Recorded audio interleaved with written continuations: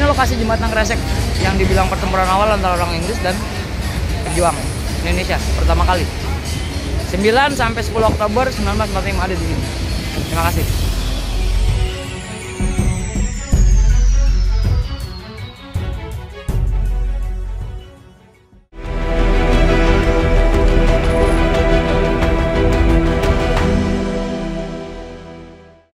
Assalamualaikum warahmatullahi wabarakatuh. Kita kembali berada di program Kongko Sejarah. Kita akan mengulas fakta dan kisah-kisah sejarah yang belum banyak diketahui umum, fakta-fakta sejarah yang belum banyak diungkap secara populer.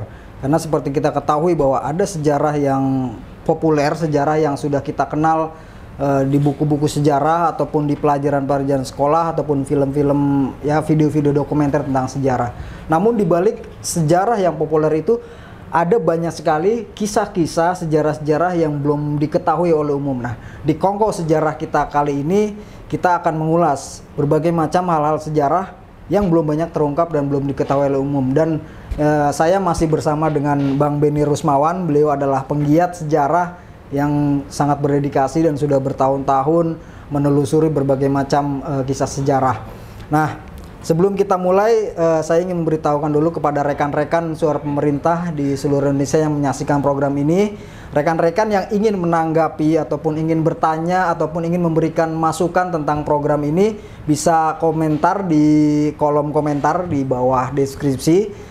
Teman-teman rekan-rekan suara pemerintah sampaikan jika ada pertanyaan ataupun mungkin ya tanggapan dari apa yang kita bahas ataupun saran gitu kan, kita akan mengulas apa bisa disampaikan di kolom komentar. Nanti kita akan bahas di episode selanjutnya.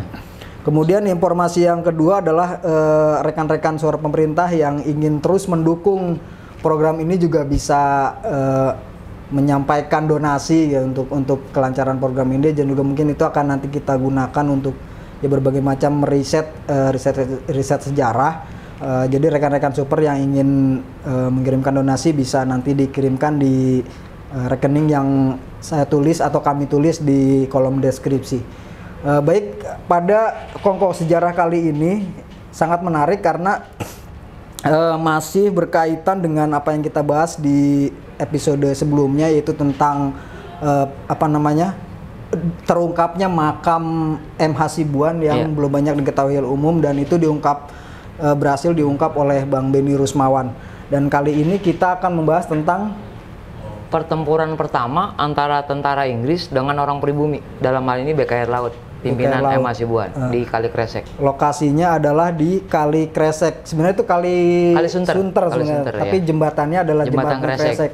Dan itu adalah pertempuran pertama kita melawan orang Inggris. Orang Inggris. Mungkin kalau di sejarah populer kita tahu ya bahwa proklamasi itu kan tahun 1945 Bang ya. Nah, Agustus. Pertempuran ini terjadi pasca proklamasi berarti ya, 1945. 2 bulan setelah proklamasi. 2 bulan, dan itu pertempuran pertama pasca proklamasi. Nah, nanti kita akan ulas sama Bang Benny tentang kronologi seperti apa.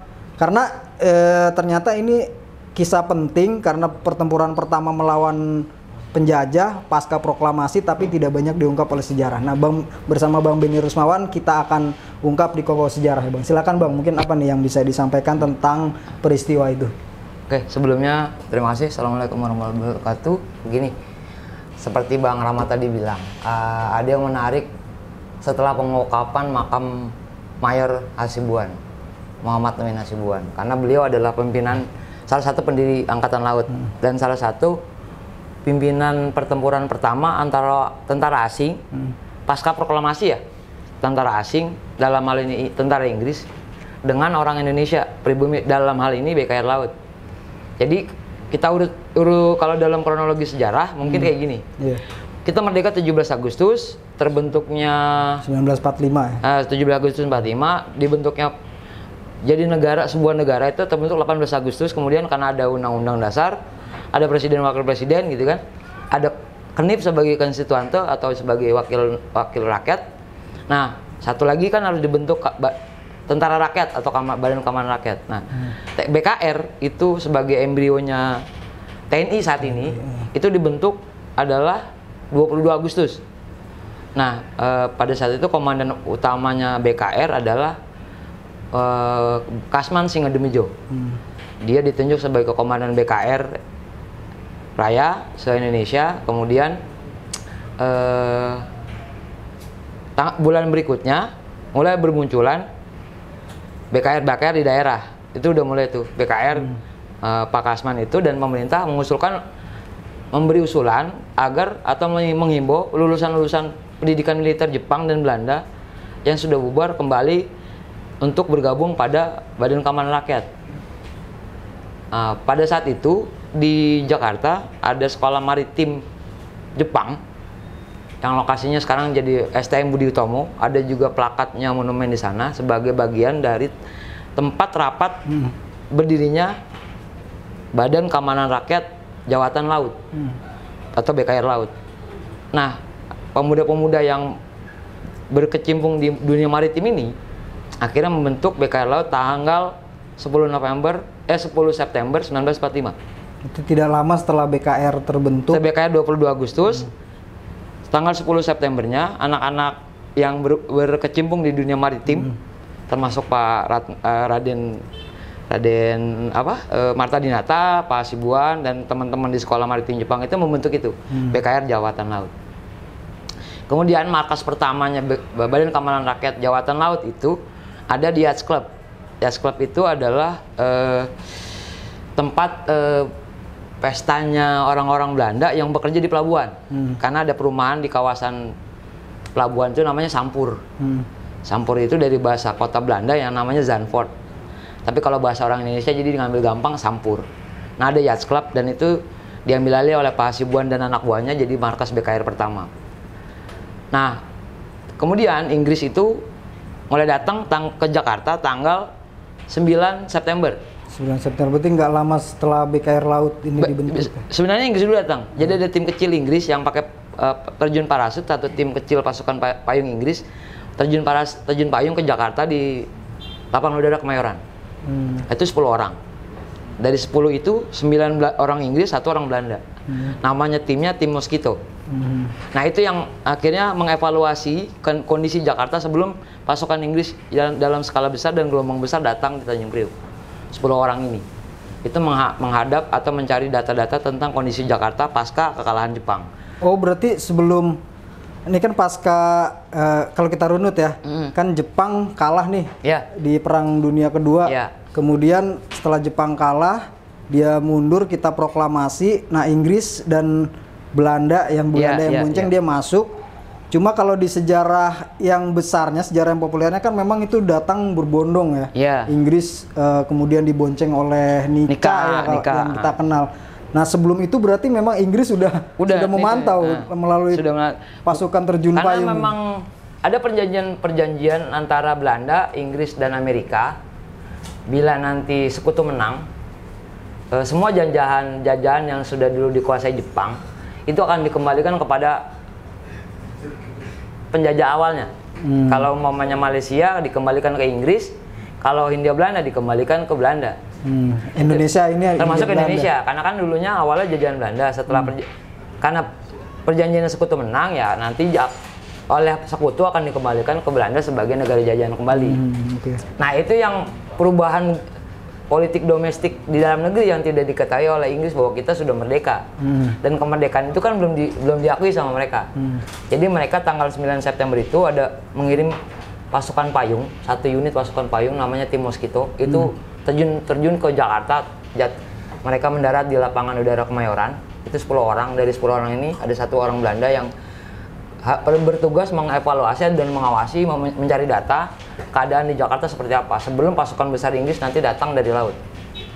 Nah, pada akhirnya Inggris akan mendarat di 3 kota besar, Semarang, Surabaya, dan Jakarta, yang ada pelabuhan lautnya. Jakarta di Tanjung Priok berarti ya? Iya, Tanjung Priok, Jakarta. Jadi ada 3 pelabuhan besar, 3 kota besar yang didatangi Inggris, Surabaya, Semarang, dan Jakarta. Tapi sebelum gelombang besar pasukan Inggris datang ini, mereka harus ngirim tim pantau dulu, tim evaluasi dulu seperti apa Jakarta. Bagaimana pasukan Jepang yang sudah kalah kondisinya Jakarta, gimana kondisi kota Jakarta pada saat itu. Itu tugasnya tim Mosquito, tim nyamuk bahasanya. Artinya kan nyamuk. Nah, itu mereka dulu tuh namanya udah Jakarta atau masih Batavia? Udah Jakarta. Udah Jakarta. Tulisannya di Jakarta. Buat orang era Jepang itu semua nama Belanda istilah Belanda dihapus. Jadi banyak istilah Belanda yang karena anti Belanda, orang Jepang menghapus itu. Banyak kayak Master Cornelis, mereka harus ganti. Jadi bukan lagi Master, orang tetap harus bilang Jatinegara. Nggak boleh bilang nyebut Jatinegara dan Master Cornelis. Master Cornelis. Dulu tapi orang lama Jakarta pasti bilangnya, lo mau kemana? Mau ke Master. Itu Master Jatinegara. Iya. Tapi kalau resminya nggak boleh dijemput Jepang, nggak boleh di hadapan orang Jepang kita nyebutnya mau ke Master Cornelis, nggak boleh. Karena buat mereka anti Jepang. Itu anti banget sama Belanda Jepang itu. Terus beberapa kosakata terus sampai beberapa patung Belanda itu dihapus sama mereka, dibuang atau dirusak. Nah, tim Moskow itu dari Inggris ini harus pantau dan melaporkan kepada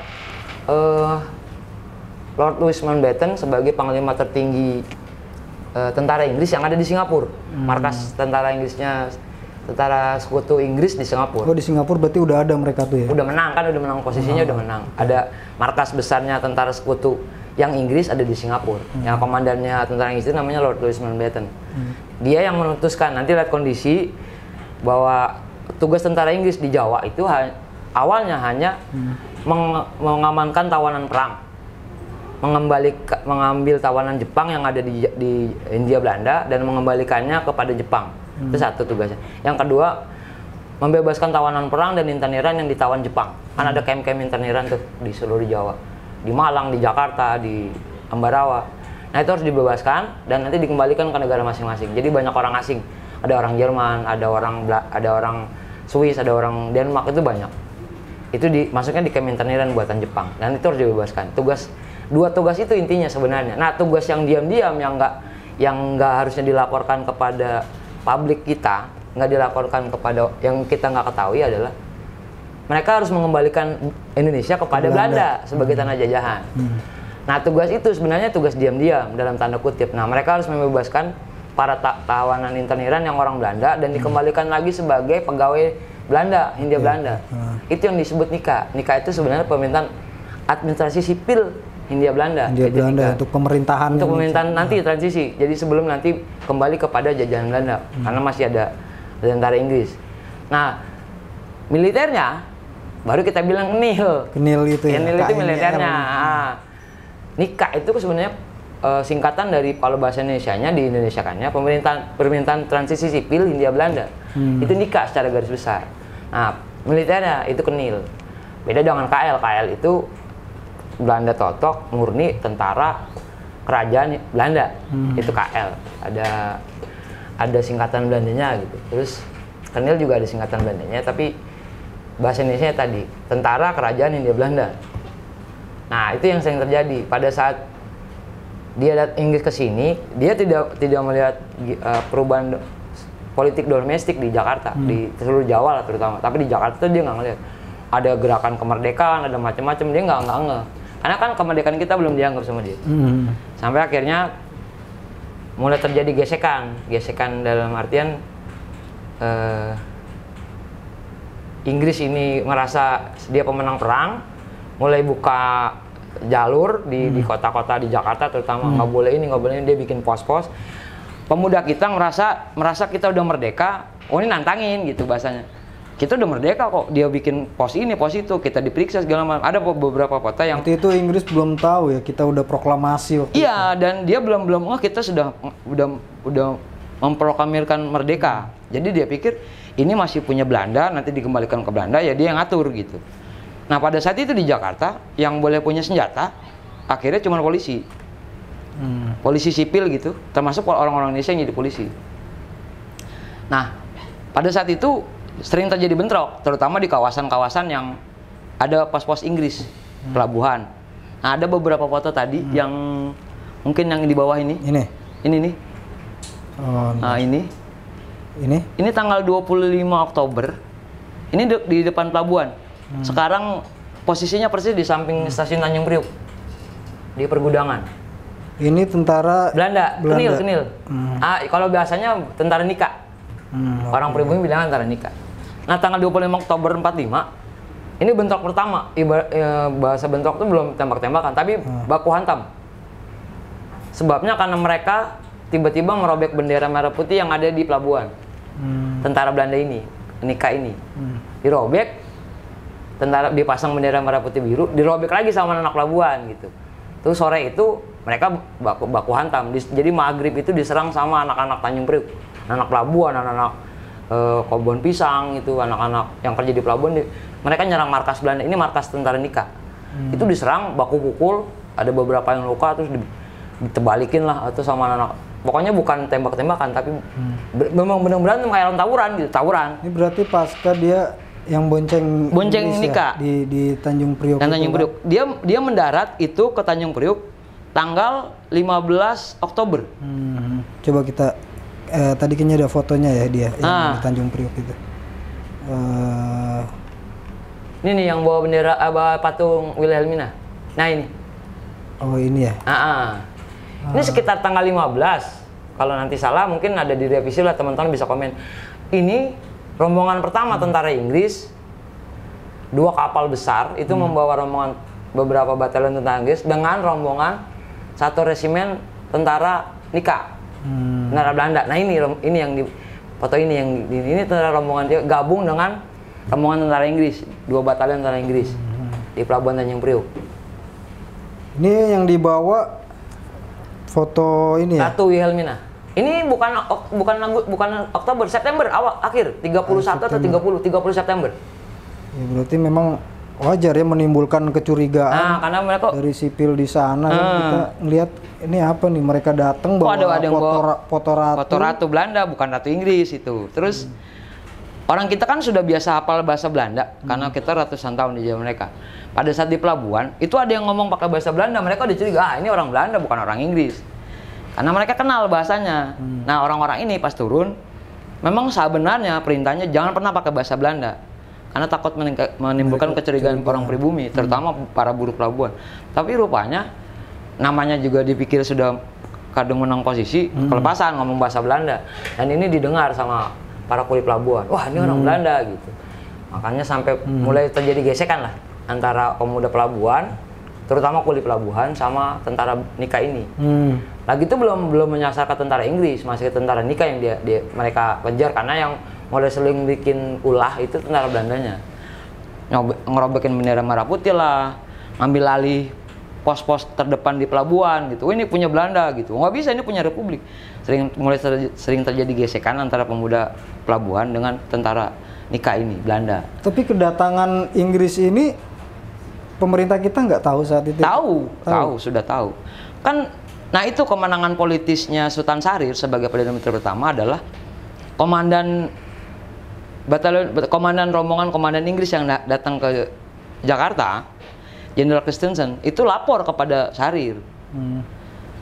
Dia merasa sudah mengakui Syahrir adalah pemimpin di Jakarta pada saat itu, termasuk Bung Karno dan Bung Hatta. Karena apa? Karena udah sering terjadi gesekan sama pemuda. Orang-orang tentara Inggris baku hantam lah atau apa. Terus banyak yang mulai banyak ada perkelahian di jalan, perkelahian di jalan antara tentara Inggris, tentara Belanda dan orang-orang kita. Nah ini sebenarnya jadi momok buat Inggris di markasnya gitu. Ini tiap hari nggak aman nih gini-gini. Gimana caranya? Akhirnya Jenderal Christensen memanggil Sultan Syahrir. Nah, oke, kita balik. Sekarang setelah menghadap, mental minta izin dan memberitahu tugas Inggris di Jakarta sebagai apa. Apa tugasnya sebagai pemenang Perang Dunia Kedua dan tugasnya di Jakarta sebagai apa, di Hindia Belanda terutama. Dilaporkan dan Syahrir menyetujui itu karena dalam politiknya Syahrir berarti secara tidak langsung Inggris sudah mengakui Syahrir dan pemerintahan Indonesia. Oh, sebenarnya udah tahu dong. Iya, dan poinnya berarti Inggris atau orang Inggris yang datang ke Jakarta sudah tahu tentang kemerdekaan Indonesia. Karena mereka sudah mengakui, memanggil Syahrir kan berarti mereka mengakui kepemimpinan Syahrir. Oke, dipanggil, selesai, bicara supaya tidak ada terjadi lagi nih perkelahian lah, gesekan antara tentara Inggris atau Belanda di seputar Jakarta. Tapi kejadian itu terus berulang gitu. Nah, era itu, era dalam tanda kutip era kedatangan Inggris, terus kepakuman Belanda, kepakuman Jepang sebagai penguasa, itu yang kita sebut di zaman sejarah itu namanya masa bersiap. Itu era bersiap tuh 45 awal sampai 45 akhir. sampai kedatangan Inggris terus Inggris pulang. Itu baru nanti dibilangnya mulai perang kemerdekaan 46 awal, 46 awal sampai 49 50. Nah, tapi 45 awal sampai 45 akhir tuh dibilangnya masa bersiap. Kenapa? Karena di tiap gang nanti ada teriakan, tiap ada orang asing masuk ke gang, itu akan teriak, siap-siap ada orang asing nih. Terus nanti ujung-ujungnya dipukulin, diculik. Nanti kalau udah mati baru dibalikin ke depan markasnya. Yang diculik tentara Belanda, apa orang asing ya, entah itu tentara India, entah itu tentara Belanda, entah itu tentara Inggris. Ini nggak tercatat sejarah sih. Iya, jadi kode kayak kode berarti ya. Kayak kode. Siap-siap. Ada muncul ini. Siap-siap. Itu dikepung, diculik. Nah, makanya dulu ada ketakutan sama orang Belanda atau orang Inggris kalau mereka keliling Jakarta nggak mungkin sendiri atau cuma berdua. Hilang tuh pasti diculik sama orang Jakarta gitu. Mau lewat Senen kah, mau lewat Kramat kah, lewat kampung hilang. Nah, nanti dibalikinnya sama anak-anak pemuda kita nih, ada beberapa kelompok pemuda di Jakarta gitu.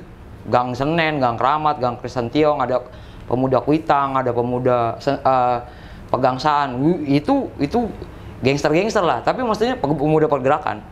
Dan mereka caranya gitu. Jadi kalau nanti ada tentara Belanda yang lepas gitu, wah lepas nih cuma berdua, culik tuh. Culik, dibunuh, mayatnya ditinggalin depan markas pas pagi-pagi. Nemunya udah mati, biasanya begitu kejadiannya.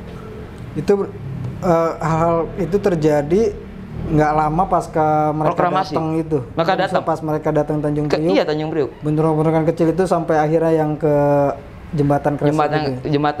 Pertama insiden di pos polisi Dobo. Itu kalau nggak salah 1 minggu sebelum pertempuran Kali Kresek, 1 minggu ya. Jadi Inggris udah mikir, maksudnya udah melihat ini yang polisi yang dianggapnya netral, seharusnya menjaga keamanan sipil, malah terlibat gitu, sering bantu pejuang gitu. Mereka nganggapnya dulu bukan pejuang, pemuda, perusuh. Ini perusuh nih gitu. Nah, polisi ini sering bantu itu dianggapnya. Akhirnya pos Jalan Dobo itu pernah disatronin Inggris, terus semua senjatanya disita. Ada beberapa yang gugur gitu, 2 atau 3, 4 orang polisi kita yang gugur. Yang lain kabur ke markas BKR Laut di Sampur. Nah, udah mulai diincar nih, maksudnya Inggris sudah tahu banyak pemuda pelopor kita atau pemuda perusuh yang gabung di yang namanya BKR Laut, yang markasnya ada di Yachts Club. Akhirnya diserbu juga sama Inggris. Itu minggu pertama Oktober. Menyingkirlah mereka, mundur ke seberang kali Kresek, Kali Sunter, yang ada jembatan Kresek. Ada jembatannya dihancurkan sama anak-anak BKR Laut, diledakkan. Itu kan jembatan buatan Jepang tadinya, kecil jembatannya. Udah dismen lah. Terus akses kali ya biar. Buat akses nyebrang ke arah Marunda, ke arah Bekasi. Karena dulu seberang kali itu Bekasi, sini Jakarta. Berarti sebelum perang tuh jembatan emang udah diputus ya sama pemuda. Tadinya jembatannya jembatan buatan Jepang. Oke. Pada saat aksi serangan itu diledakkan lah sama BKR Laut supaya nggak ada akses ke situ. Nah, sampai akhirnya Inggris mau coba masuk ke nyebrang Kali Sunter dari jembatan Kresek itu. Itulah terjadi pertempuran yang nanti tadi kita bilang pertempuran Kali Kresek, jembatan Kresek gitu. Karena memang kejadiannya urut-urutannya seperti itu, secara garis besar. Iya. Berarti artinya kan memang bisa dibilang nih pertempuran di jembatan ya, jembatan Kresek ini, pertempuran di jembatan Kresek ini atau di Kali Krukut, Kali Sunter, Jakarta Pusat ya? Jakarta Utara. Jakarta Utara. Ini adalah pertempuran pasca proklamasi. Bahkan sebelum 10 November Surabaya. 1 bulan sebelum jadi sebagai catatan, sebelum ada catatan baru tentang insiden dengan tentara Inggris. Jadi catatan pertama yang terjadi insiden bersenjata besar-besaran antara orang pribumi dan tentara Inggris ya di Kali Kresek itu, di jembatan Kresek itu. 9-10 Oktober 1945. Baru sebulan kemudian terjadi insiden itu Yamato, robokan bendera, terus yang kita sebut sebagai Hari Pahlawan 10 November di Surabaya. Tapi untuk skala besar dan pengerahan pasukan kala itu dan lumayan besar-besaran ya Kali Kresek, pertempuran Kali Kresek. Oke, sebelum kita detail perangnya kayak apa dan siapa aja yang terlibat, Bang. Abang kan kemarin kayaknya udah ngambil ya beberapa kondisi sekarang ya. Iya. Nah, ini ada videonya, mungkin Abang bisa cerita sedikit mengenai lokasi ini ya. Iya. Nah, ini lokasi jembatan pada saat ini. Pada saat ini Kresek berarti udah dibangun lagi ya, kalau Abang bilang dulu putus ya. Ini lokasinya nggak jauh dari pelabuhan Tanjung Priok kan? Dari kilang minyak. Kilang minyak. Depo 3 Pertamina kilang minyak, depannya pelabuhan, sininya kilang minyak Depo 3, sini seberangnya pabrik Bogasari. Nah, kemungkinan ini kan apa ya? Sungai Sunternya ini jembatannya. Iya, ini jembatannya. Berarti mereka Inggris dari sana. Inggrisnya di sana. Dari sana, kita di sini. Oh, kita yang di sini. Ini posisi pemuda di sini. Dia sempat nyebrang nggak sih Bang Inggris itu? Nggak sempat. Karena kan jembatannya nggak ada. Terus perangnya gimana? Tembak-tembakan aja? Dia tembak-tembakan dari sini. Makanya kita mundurnya karena Inggris tuh mengerahkan pesawat. Kalau nggak salah ada dulu bukan Mustang, jadi 2 pesawat P-40 dari Kemayoran untuk membuka jalur pertahanan pemuda sepanjang garis tepi sungai ini. Itu menghadapi Inggris di seberangnya. Nah, karena kita banyak pasukannya, walaupun jumlahnya banyak, tapi senjatanya kurang gitu. Itu tapi kira-kira antara pasukan, kan kita dipisah sungai ini berapa meter tuh Bang kalau perkiraan? Kalau dulu ini belum dilebarin, itu kan sekitar, kalau sekarang 10 meter ya. Dulu 10 meter lah, 15 meter. Lebarnya itu ya? Lebarnya itu 15 meter. Kita udah ada padapan aja, nggak kelihatan tembak-tembakan. Gitu. Tembak-tembakan. Nah, posisi Inggris menang kita udah menang jumlah Kita tuh hanya menang jumlah. Pasukannya banyak karena yang berdatangan tuh dari Cilincing, Kalibaru, Marunda, Bekasi, kumpul di situ. Pokoknya ada yang tugasnya bawa makanan, bawa peluru. Tapi persenjataan kita kurang. Tapi itu yang menginisiasi memang BKR Laut. BKR Laut yang mimpin, yang jadi pasukan intinya BKR Laut. Pimpinan Hasibuan atau? Pimpinan Hasibuan. Hasibuan tuh yang memang mimpin. Yang mimpin Hasibuan. Karena memang itu pindahan dari markas Yachts Club.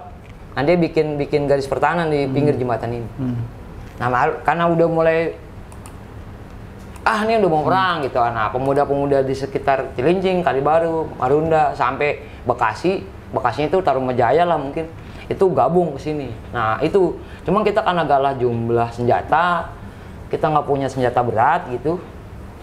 Ya mungkin kalah itu. Jadi pada saat kita kalah waktu itu. Kalah jumlah, kalah persenjataan, sebenarnya cuma kalau personil sih kita udah menang banyak. Karena gabung semua kan, sampai Bekasi, Cilincing, Cakung. Tapi kita nggak punya senjata nih. Senjatanya paling dari 10 orang yang punya 2 gitu. Iya, orang jauh gitu kan, seberang-seberangan juga. Kalau ada padepan boleh. Enak gitu. Ini kan terus akhirnya Inggris tuh dari seberang pakai mortir dan meriam. Jadi meriam lah sama mortir gitu. Senjata kita apa aja gitu Bang? Kita cuma mentalir Jepang doang. Arisaka, senjata Jepang. Itu yang kayak gimana tuh ya? Senapan itu? Senapan panjang. Kalau karabennya Jepang namanya Arisaka. Kalau buatan Amerika mungkin Springfield yang banyak dipakai. Itu senapan Amerika eranya Perang Dunia I. Dulu memang dipakai banyak polisi zaman Belanda. Meriam kita nggak ada. Nggak punya, kita belum punya meriam, kapal juga belum punya gitu. Dia nggak punya senjata cuma. Tapi modal nekat doang, modal nekat. Terus kan ibaratnya gini, jangan sampai pemuda kita ini lolos, Inggris masuk. Ini kalau kita buka, dia masuk, terus dia bikin jembatan ponton, selesai gitu maksudnya. Pikiran Pak Hasibuan mungkin saat itu sebagai pimpinan pertempuran, ini harus dipertahankan. Kenapa? Kalau nggak dipertahankan, dia bisa buka jembatan ponton. Kalau dia udah paham jembatan ponton, kenapa? Karena dia udah pernah lihat di pelabuhan Pak Hasibuan ini, karena orang pelabuhan kan. Dia bikin jembatan ponton, dia pakai kapal pun, dia bisa nyebrangin pasukannya. Ya jangan sampai dibikin itu. Jadi bayangan saya pertempuran itu adalah pertempuran yang sebenarnya konyol ya. Inggris tuh cuma butuh waktu beberapa menit aja untuk bisa ada tanpa dibalas tembakan, dia bisa bikin jembatan ponton. Bisa buat nyebrang. Awalnya nyebrang, udah gampang dikuasain tuh ke arah Bekasi gitu. Nah pikirannya Pak Hasibuan, jangan sampai ini dibikin jembatan ponton, kita hajar terus.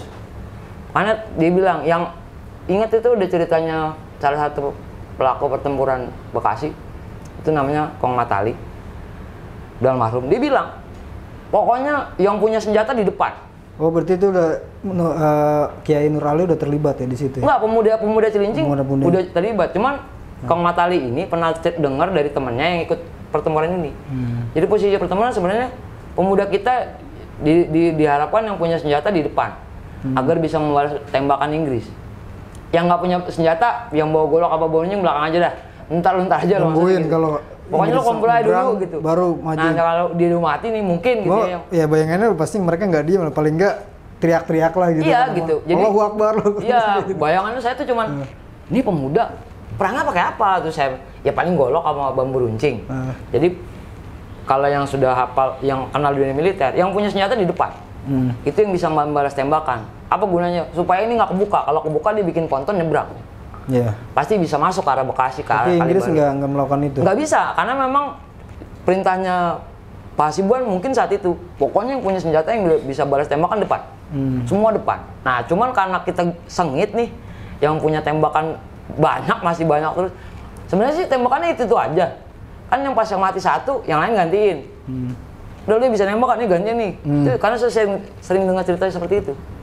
Lu bisa nembak, gantiin nih, udah mati, pegang senjatanya. Nah itu nanti dia mati, gantiin lagi, gantiin lagi. Gitu. Pokoknya poinnya jangan sampai nih kebuka, dia bikin ponton.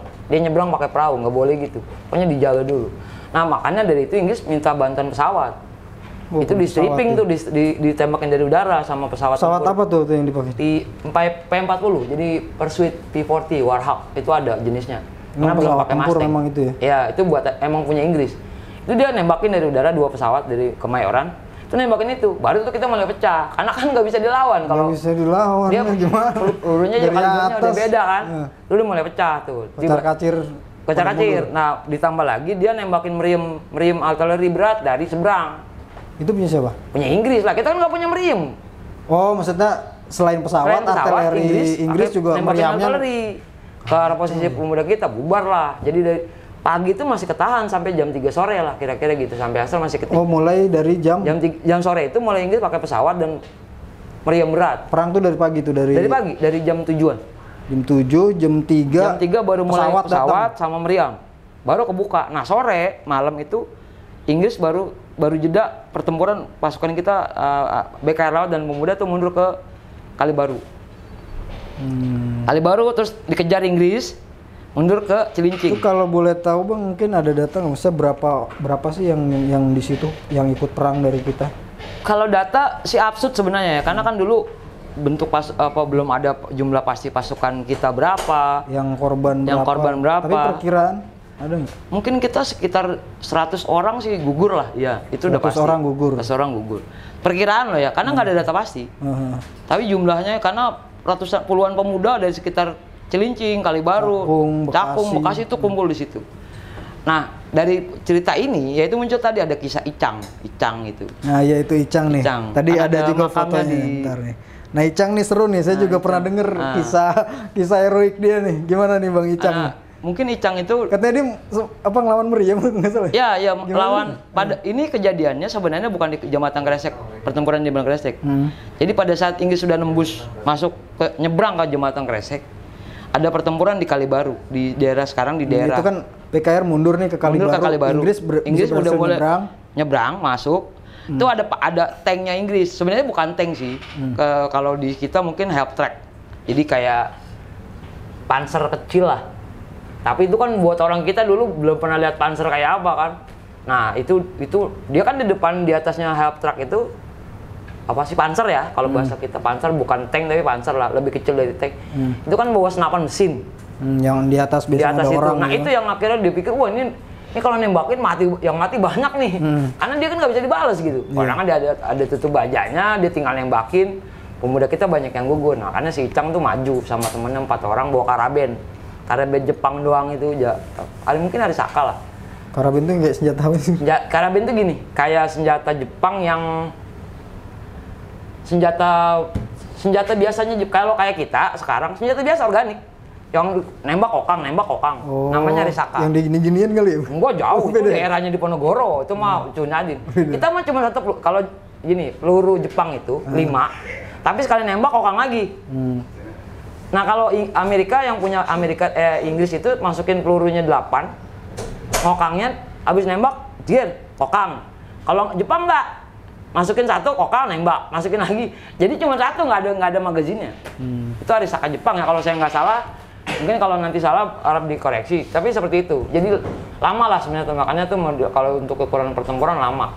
Karena berapa detik tuh dia mesti masukin peluru dulu, ngokang, nembak, ngeluarin lagi, sisa magazi pelurunya, sisa pelurunya, selongsongnya masukin dulu, kokang lagi. Kalau tentara senjata Inggris Enfield enggak, masukin 8, nembak, kokang, keluar. Sekali kokang bisa keluar. Nah, kalau Inggris nggak perlu masukin satu-satu, 8 masuk, nembak tinggal nunggu kokang doang, lebih cepat lah. Nih Cang berapa orang waktu itu? 4 orang. 4 orang. Nah, tiba-tiba dia ngadang itu sebenarnya cuma buat menghambat laju Panzer ini supaya nggak nembak. Pada saat dia kan cuma mikirnya perang modern seperti apa, Icang juga mungkin nggak tahu perang modern itu kayak apa. Akhirnya dia lari ke depan ya, terus ditembakin sama brandnya Panzer itu, terus gugur lah. Nah, makamnya itu ada di Taman Makam Pahlawan. Iya, berarti yang bikin heroik kisahnya nih karena dia maju ngadepin itu, tapi akhirnya gugur juga. Tapi nama dia terkenal banget. Nah, karena dia itu yang saya bilang, ini gara-gara ini saya pernah posting kepada pernah ingat nggak ada kasus menteri yang bilang kalau lahir di Priok biasanya bandit gitu. Menteri siapa lah? Yang menteri Kehakiman apa? Ya Sena Waas, siapa namanya? Salah satu menteri itu bilang gitu. Yang dia kalau tinggal lahirnya di Kebayoran biasanya anak baik-baik. Kalau tinggal lahirnya lahir besarnya di Priok, otomatis gennya buruk. Oh, kita ngamuk gitu. Lu nggak tahu apa? Icang itu orang Cilincing, udah jadi pahlawan sebelum lu gitu. Nah, itu dia. Ini kan sekarang makamnya dari tanggal gugurnya kan kelihatan nih. Umur 18 tahun, dia 12 Oktober. Ini setelah mundur dari Jembatan Kresek 12 Oktober 45. Gugurnya. Dan dia Icang ini siapa sih orang biasa? Kalau orang biasa, pemuda biasa, tapi mungkin itu dicatat sama Pak Nasution di buku, ada di buku tadi yang itu buku Sejarah Siliwangi, sama di buku ini Simangki dari Masak-Masak. Di buku ini sama buku ini dan buku ini, Icang itu tertulis gitu. Jadi kan ibarat nama Icang itu panggilan ya, nama asli? Panggilan, kayaknya nama ada ya. Nama aslinya siapa nggak tahu. Mungkin itu nama asli. Karena lucu, karakter orang dulu, nama orang dulu kan agak lucu, nggak mau susah. Ada Kotol dulu, saya pernah posting tentang Rawa Gede, namanya juga simpel-simpel, nggak kayak orang Salang susah. Orang dulu gitu, Kotol, Sengit, apa gitu. Nama orang dulu, jadi simpel kayak di si Icang itu. Ya, tapi poinnya adalah Icang ini ditulis di 2 buku ini, gitu. Minimal di buku ini dan di buku Kamu Freni Mukmin. Oke. Sebelum lanjut ke Kalibaru ya, tadi kan sampai Kalibaru nih. Ini sebenarnya Inggris ini dia menyangka nggak sih kita bakal ada perlawanan dan sebagainya? Itu yang jadi sebenarnya buat dia pelajaran dari Inggris yang harusnya didapat dari Inggris. Terus akhirnya kita dapat catatan dari situsnya Inggris. Itu namanya IMW, Imperial War Museum, IWM. Itu Inggris bilang itu kalau dalam catatan mereka disebutnya British Occupation of Java. Itu dia punya judul itu. Jadi semua kejadian di Jawa era setelah itu objektif ya? Perang Dunia Kedua. Karena wartawannya dia. Wartawan dia punya tim penulis tim foto dokumentasi khusus di pasukannya dia. Nah, itu di foto ada fotonya. Dia sebut British Occupation of Java, termasuk Surabaya, termasuk Bandung, termasuk Puncak, termasuk Bekasi, termasuk Tanjung Priok, itu ada. Tapi yang nggak ada yang dia, kenapa nggak ada pertempuran yang di Kali Kresek ini, Jembatan Kresek ini? Karena mereka nggak pernah nyangka. Pada saat mereka siap mau nyerang, ibarat ada pertempuran sama orang pribumi, mereka nggak nyangka perlawanan kita sengit gitu. Ibaratnya ada yang nyampe di hitungan mereka, kalaupun mereka logika militer, mungkin kalaupun pertempuran 2 jam selesai. Kalau mereka full battle formation ya, jalan formasi lengkap militer, habis ini orang nggak punya senjata, nggak punya apa gitu. Tapi mereka kaget gitu, wah ini luar biasa nih gitu. Nah, terus kejadian di Surabaya lagi, kejadian di Ambarawa lagi, kejadian lagi di Puncak segala macam. Baru mereka bikin catatan tersendiri bahwa orang Indonesia memang udah punya niat merdeka. Makanya mereka nggak pernah mau lama-lama di sini. Memang ada ini sedikit apa istilahnya? Peningkatan dari segi kemiliteran Indonesia ya selama Jepang memerintah. Kan 42 tuh kalau saya bener ya, 42 masuk Jepang, 45 kalah. 45 Jepang kan dibombardir Hiroshima Nagasaki itu. Artinya 42 sampai 45 itu kan ya 3 tahun lah ya. Artinya dalam 3 tahun itu mungkin ada kontribusi Jepang juga sebenarnya untuk militer Indonesia. Yang ngajarin kita jiwa militerisme pada warganya, bukan dari sekolah. Hampir seluruh warga negaranya diajari militerisme ya Jepang. Karena Jepang itu bentuk banyak macam kan. Selain peta ada Heiho, Kaibodan, Seinendan. Ini pemuda ini bikin Seinendan, pemuda ini bikin Kaibodan, bikin Heiho. Macam-macam gitu. Itu sama sebenarnya tujuannya, kemiliteran gitu. Disiplin, kemiliteran. Anak SD pun udah diajari militer gitu. Termasuk tadi bambu runcing itu bukan tradisional kita. Itu senjata tradisional ajaran Jepang. Oh gitu ya. Ya, ada buku mereka bikin bukunya, buku ajarannya, buku kalau bahasa kita buku manual booknya untuk latihan. Mereka sebutnya takeyari. Latihan takeyari dengan bambu runcing. Makanya kalau kata orang bambu runcing itu senjata tradisional. Saya bilang bukan, itu ajaran Jepang. Bahasa Jepang itu olahraganya namanya takeyari. Iya, berarti. Dan ada buku manual bukunya untuk latihan takeyari. Ada juga filmnya. Nih latihan untuk nusuk gimana, nusuk atas gimana. Itu ajaran Jepang. Ini yang nggak diduga sama Inggris kan. Karena ya selama penjajahan Belanda kita benar-benar kayak dibodohi lah. Kita nggak bisa diapa-apain. Nah, Jepang masuk kayak ya walaupun ada kekejamannya juga gitu kan, tapi semua penjajahan pasti ada sisi buruknya, ada sisi baiknya. Jepang mungkin bengis gitu, terus nggak pernah nyisain apa-apa buat kita, nggak pernah bangun apa-apa buat kita. Tapi sisi yang kita manfaatkan adalah jiwa patriotismenya sama jiwa militernya. Itu yang ketanam banget. Dan itu yang nggak diduga ya, bahwa itu yang diduga 3 tahun Inggris. Ini kita digembleng sama Jepang gitu. Militer kita ya berubah drastis. Cuma pada saat tentara Belanda yang datang ke sini, itu awal-awalnya kaget gitu, karena pada saat propaganda mereka ikut wajib militer, itu mereka digembar-gemborkan, kalian melindungi tanah air kalian di timur jauh. Ini kan East Indo bahasa mereka, tanah air kita yang di timur. Ini sudah dijajah Jepang, kita bebaskan dari penjajahan Jepang. Padahal Jepang udah kalah. Kita harus bebaskan, kalian harus mau. Nanti ada perusuh-perusuh hasil didikan Jepang. Propagandanya pemerintah Belanda untuk narik pemuda untuk ikut, pemuda Belanda nih untuk ikut wajib militer. Pada saat sama sini bingung mereka, karena pada saat diajarin di sekolahnya, di pendidikan militer awal, orang Indonesia tuh ramah-ramah. Nggak bakal ngelawan, udah dia mah manut. Kita biasanya disebut Doro, dia ini Nelander. Nggak bakal ada ceritanya dia ngelawan. Sampai sini kaget nih. Kalau pada galakan dia nih sama gua gitu. Itu bahasanya seperti itu. Jadi kaget lah. Kita lanjut sampai tadi tuh kan kita BKR Laut Pak Hasibuan nih sampai ke Kali Baru ya. Nah, apa nih selanjutnya yang terjadi di sana? Itu kan sudah mulai area rawa-rawa, hutan mangrove. Nah, itu kalau nggak salah di bukunya Panasution itu, di bukunya Siliwangi yang ini, sama bukunya Kodam Jaya yang ini, itu disebut ada pertempuran rawa-rawa 2 hari atau 3 hari. Kalau nggak salah 2 atau 3 hari itu pertempuran rawa-rawa. Dan itu yang tidak diduga Inggris gitu.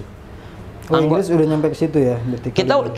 Kita anak-anak BKR Laut, terutama anak-anak orang Cilincing gitu, anggota BKR Laut lah terutama, itu mahir sekali memanfaatkan pohon bakau dan rawa-rawanya sebagai tameng. Jadi Inggris tuh kalau masuk ke lumpur udah susah bergerak gitu. Nah pada saat dia kejebak lumpur, kita masuk. Pada saat hit and run itu mereka banyak yang tewas, sekitar 12 atau 13 dalam catatan, walaupun itu absurd buat kita karena belum ada data pasti. Sekitar 12-an tentara Inggris tuh gugurnya justru di rawa-rawa Cilincing sampai Kali Baru itu. Orang menyebutnya perang rawa-rawa. Kalau saya nyebutnya sama teman-teman di perang rawa-rawa karena susah mereka nembusnya. Pada akhirnya ini kan panas nembak, bukan wilayah biasa mereka perang. Akhirnya mereka nggak ngejar lagi sampai Bekasi. Mereka berhenti di daerah rawa-rawa Cilincing dan Kali Baru. Gitu. Karena nggak diterusin ke arah Marunda. Buat mereka nih meladeni perang rawa-rawanya orang-orang Indonesia ribet. Dari kejebak di lumpur, mereka nggak bisa bergerak, tiba-tiba Indonesia masuk dari pinggir. Mereka lebih lihai kan, nggak pakai sepatu, nggak pakai apa, lebih kuat, dibacok aja mati tuh orang Inggrisnya, bahasanya begitu. Jadi kita berhasil kabur ya, sampai ke Bekasi. Ke Bekasi. Nah di Bekasi akhirnya gimana tuh? Nah ini lanjut nggak? Pada saat di Bekasi, perangnya sudah lagi bukan sama Inggris akhirnya.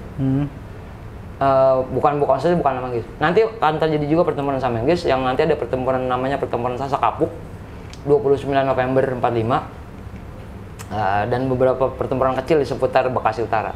Tapi poinnya adalah pada saat pertempuran selesai, ini pertempuran pertama dalam sejarah harusnya dalam sejarah Indonesia disebut pertempuran pertama pasca proklamasi antara orang tentara Inggris dan orang pribumi. Mereka mundur ke Bekasi, dan di Bekasi akhirnya mereka bekerja sama dengan laskar-laskar di Bekasi, tapi dalam tanda kutip laskar Hizbullahnya kayak generali. Itu poinnya. Berarti mungkin nanti kita lanjut lagi sampai ke yang karena Pak Hasibuan dengan BKR Laut, ketemu Pak Kiai Nur Ali, dan di situ ada laskar Hizbullah. Kembali melakukan perjuangan bersama Hizbullah mempertahankan Bekasi Utara, itu wilayah mereka. Next episode kita bahas laskar Hizbullah. Ya. Itu penting. Artinya memang yang paling penting di sini adalah bahwa sejarah populer ya, termasuk ya selama di sekolah, bahwa pertempuran proklamasi paling sengit pasca proklamasi itu adalah 10 November. Makanya diperingati sebagai Hari Pahlawan. Sebenarnya ya, kalau memang kita mau objektif ya harusnya jembatan Kresek ini masuk, paling nggak masuk catatan sejarah populer gitu kan. Dan itu jadi ya kurang tahu ya kenapa harus yang di Surabaya 10 November yang akhirnya dijadikan hari pahlawan kan. Pahlawan. Itu bagaimana? Maksudnya perbandingan antara ini yang saya dengar aja ya dari beberapa sejarawan nasional gitu, sama yang kita pelajari di lapangan. Kenapa jadi pahlawan nasional? Kenapa di Surabaya gitu? Ada pertama mungkin adalah pertempuran 10 November adalah pertempuran masif besar-besaran antara orang pribumi dan tentara Inggris. Masif besar-besaran, tapi tidak terukur, tidak terarah, tidak terukur, tidak terorganisir sebenarnya. Itu kalau bahasa orang Inggris sebenarnya tawur. Itu benar-benar tawuran massal gitu. Nggak ada pemimpinnya. Nggak ada strategi. Pokoknya asal gulung, ada orang banyak, masuk aja. Ya itu yang jadi kenapa jadi Hari Pahlawan? Karena korban di kita itu luar biasa banyak. 10 November ini. 10 November itu luar biasa banyak. Dan itu sebenarnya udah dijadi catatan ke Inggris gitu. Kalaupun alasan mereka cuma karena jenderalnya mati di situ, Malabi sebagai alasan mereka menyerang kota yang notabene bukan lawan pasukannya gitu. Mereka kan full battle formation lengkap nih, hampir berapa brigade gitu.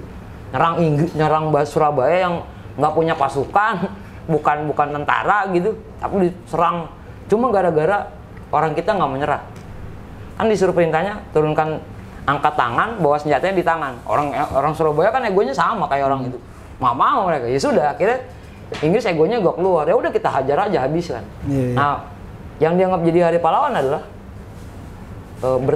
bertaruh nyawanya orang-orang Surabaya gitu di 10 November gitu. Itu masif, itu luar biasa. Korbannya luar biasa di kita. Walaupun dalam catatan Inggris juga banyak korban, dan itu Inggris, makanya dalam catatan Inggris 10 November di Surabaya adalah neraka di timur jauh.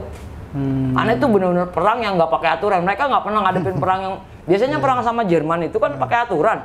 Ini garis demarkasinya mana enggak lo di Surabaya. Masuk Inggris juga ya, kaget kali ya. Iya, jadi ini perang ditembakin nggak habis-habis gitu. Ditembakin datang lagi. Ini orang dari mana nggak selesai-selesai gitu. Mereka bilang ini luar biasa semangat. Mereka nggak takut mati, mereka nggak pernah selesai, nggak pernah habis. Orangnya itu datang terus gitu. Tapi masif, memang korbannya terlalu masif buat era itu. Karena nyawanya tuh kayak dibuang sia-sia. Walaupun secara teknik militer nggak ada aturan perang sebenarnya untuk orang kita ya, masifnya.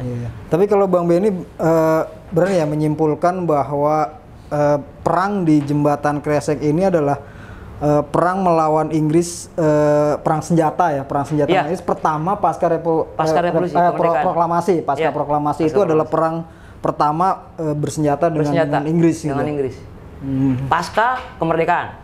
Jadi sebelum ada catatan baru, di keempat buku ini, patokan kita adalah kan basicnya buku. Di keempat buku ini disebutkan kejadian itu, insiden kali Kresek atau Jembatan Kresek adalah insiden pertama sebelum ada catatan lain antara tentara Inggris dan penduduk pribumi. Dalam hal ini BKR Laut. Karena yang mimpin langsung Hasibuan. Gitu. Oke, kembali lagi tadi. Inggris masuk di beberapa tempat ya. Pertama di Tanjung Priuk, Tanjung Mas, Tanjung Perak. Tanjung Mas di Semarang. Tanjung Perak Surabaya. Tanjung Perak Surabaya. Nah, yang dari 3 pelabuhan ini yang pertama kali pertempuran adalah yang di Tanjung Priuk itu, yang di Jembatan Kresek ini gitu ya. Oke, ini jadi catatan sejarah sih, harusnya memang Ya karena pertama ya pasca proklamasi ini memang harusnya jadi satu sejarah populer yang harus diketahui gitu kan. Nah kalau Bang Benny oke, kita udah banyak mengungkap itu ya. Nah sekarang kita ke nilai-nilainya nih. Dari kesimpulan ini ya tadi kita juga ada beberapa hal yang kok ini kenapa nggak masuk sejarah, kenapa 10 November gitu deh. Nah dari kisah sejarah ini yang belum banyak kita ini apa nih sebenarnya message ya? Kita selalu ada message terakhir. Message-nya apa nih pengennya gitu? Poin-poin nilai-nilai dari penelusuran ini dari yang udah Bang Benny ungkap dari berbagai literasi juga apa nih yang ingin disampaikan sebenarnya dari ini? Sebenarnya poin yang akan saya sampaikan terutama ke teman-teman yang milenial lah yang muda, teman-teman super nih buat teman-teman yang orang-orang muda yang nggak begitu suka sejarah. Kenapa saya ungkap ini? Sebenarnya ini bukan hal baru kalau buat saya pribadi.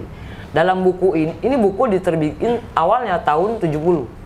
Yang buku ini tahun 70. Ini 2 buku ini terlatih baru tahun 2000-an. Di 2 buku ini ada. Jadi 4 buku ini mengisahkan tentang pertempuran Kali Kresek, jembatannya. Dan di buku tahun 70 ini sudah disebutkan sebenarnya. Cuman hanya biasanya cuma 2 baris alinea atau dalam beberapa kalimat. Tapi tanggal dan tempatnya sama disebutkan. Tempuran dengan BKR Laut dengan pemuda Jakarta Utara, pemuda pelabuhan di jembatan Kresek. Ini pimpinannya Sibuan. Cuman segitu. Berarti satu lagi yang harus dicatat bahwa itu adalah pertempuran pertama BKR Laut. Iya, karena yang mimpin langsung ditulis Sibuan. Kalau di buku punya Kodam Jaya ya, itu disebut pimpinannya Sibuan itu anggota ke BKR Laut. Nah, sebenarnya kan berarti udah lama dan itu ada. Tapi yang uniknya karena mungkin tidak menarik, entah gimana tidak menarik, jadi banyak yang hilang. Maksudnya banyak yang nggak ingat. Nah kita mencari lagi karena kebetulan kemarin kita cari tentang Hasibuan, kan kita cari perannya apa. Nah akhirnya kita dapat perannya dia itu tadi memimpin pertempuran pertama antara orang asing, terutama dalam hal ini tentara Inggris dengan orang kita. Dia yang mimpin gitu. Karena dia kebetulan komandan BKR Lautnya di Yacht Club gitu. Oh ini orang ini penting. Nah kita cari literasinya sebagaimana. Sebelum dari sini ke sini kita dapat, baru dari sini buku-buku lama. Udah ada nih disebut. Gitu. Udah ada, berarti sebenarnya cuma miss aja, nggak pernah dicari lagi, nggak pernah diangkat lagi, dan kita coba mengangkat lagi bahwa ini loh. Jadi kalau kita bilang maaf orang apa sih perannya orang Cilincing yang katanya kumuh, kita kan pernah sering kita ya. Iya sekarang kondisinya Cilincing daerah anak Cakung gitu jalur. Ya Cakung, Cilincing, Tanjung Priok lah notabene dianggapnya kalau lahir di jalur apa ya, jalur infeksi ya. Ya jalur infeksi Kalimalang gitu. Pokoknya orang yang lahir dan bisa di Cilincing notabene negatif gitu. Tapi dengan ini kita bisa bilang orang pertama yang perang sama Inggris itu orang Priok loh. Jangan salah lu, Cilincing, Cakung. Gitu. Orang Bekasi yang perang sama Inggris orang Cilincing, orang Jakarta Utara, orang Priok lah. Orang Lagoa, orang itu kan Pak Hasibuan orang Permai. Permai itu di mana? Permai di Mambo, Jakarta Utara, belakangnya daerah wali kota Jakarta, daerah situ rumahnya. Ibaratnya berarti kalau kita mau ngomong orang Jakarta Utara yang perang pertama orang Inggris belum kemana-mana, ini orang Jakarta Utara dulu, orang Priok. Bahasa saya mau pesan gitu, maksudnya intinya adalah kita kalau ngomong orang Priok data benernya negatif, dulu orang Priok juga udah pernah perang pertama, belum ada Surabaya kita dulu. Cuma memang kita tidak seheboh Surabaya. Entah alasannya apa, mungkin cuma 1 hari perangnya, tapi itu bukti bahwa orang Priok juga punya rasa nasionalisme. Orang Priok juga udah membuktikan kita juga nggak bisa main-main. Kita udah berbakti pada negara gitu. Nah, itu aja sebenarnya. Inilah pentingnya kita mengungkap sejarah-sejarah yang belum diketahui umum kan bahwa. Ya, mungkin itu. Kayak kita bercermin lagi, ini jati diri kita nih. Dulu tuh kita seperti ini gitu kan. Ya oke lah dibanding sekarang mungkin kondisinya seperti ini seperti itu dengan apa namanya penilaian orang. Tapi ketika kita membaca sejarah kita jadi tahu jati diri kita tuh seperti ini. Ini makanya penting banget ya. Poinnya itu. Mudah-mudahan ya program Kongko Sejarah ini bisa terus lah. Nah, makanya dari rekan-rekan super yang mau berdonasi untuk program ini supaya lebih berjalan buat cari data ke lapangan gitu ya buat dan sebagainya ya silakan aja gitu, kalau enggak ya nggak apa-apa gitu kan. Kita akan lanjut tetap jalan mengungkapkan, menyampaikan bahwa sejarah banyak sekali sejarah yang jadi jati diri kita bangsa Indonesia yang belum banyak diketahui. Dan generasi sekarang harus mengetahui itu karena sejarah tidak boleh dilupakan gitu. Oke, mungkin untuk episode ini dulu Bang Benny. Nanti kita bahas lagi fakta-fakta sejarah yang lain, hasil penelusuran Bang Benny, hasil riset Bang Benny, kita nanti akan bahas lagi. Nah, untuk rekan super yang ingin bertanya ataupun ingin menanggapi ataupun mungkin ada fakta lain yang ingin disanggah, ya silakan. Kita open untuk kalau misalnya Bang kita mau ada istilahnya klarifikasi Bang, itu ada yang salah atau silakan ditulis di kolom komentar. Kita akan bahas di episode berikutnya. Kalaupun kita mau datang ke studio kita juga kita diskusi, kita bahas sejarah bareng-bareng. Karena kita mengungkap sejarah faktanya yang sebenarnya, yang apa adanya, bukan ingin berdebat Bang, bukan ingin cari gue paling ini gitu kan, enggak. Tapi kita benar-benar ingin mengungkap kebenaran sejarah, mencari jati diri kita di masa lalu seperti apa, kita ungkapkan saat ini. Oke, mungkin itu dulu Bang untuk episode kali ini. Simak terus program Kongko Sejarah. Istilahnya di-share lah juga, dibantu, di-subscribe juga YouTube-nya supaya mudah-mudahan ini bisa berkembang terus. Bisa berkembang, dan mungkin itu dulu Bang Benny. Ya, itu dulu. Saya bilang terima kasih Bang Rahmat. Saya Rahmat HM pamit undur diri, dan Bang saya Benny Rusmawan. Sampai jumpa. Assalamualaikum warahmatullahi wabarakatuh. Assalamualaikum warahmatullahi wabarakatuh. Merdeka. Merdeka.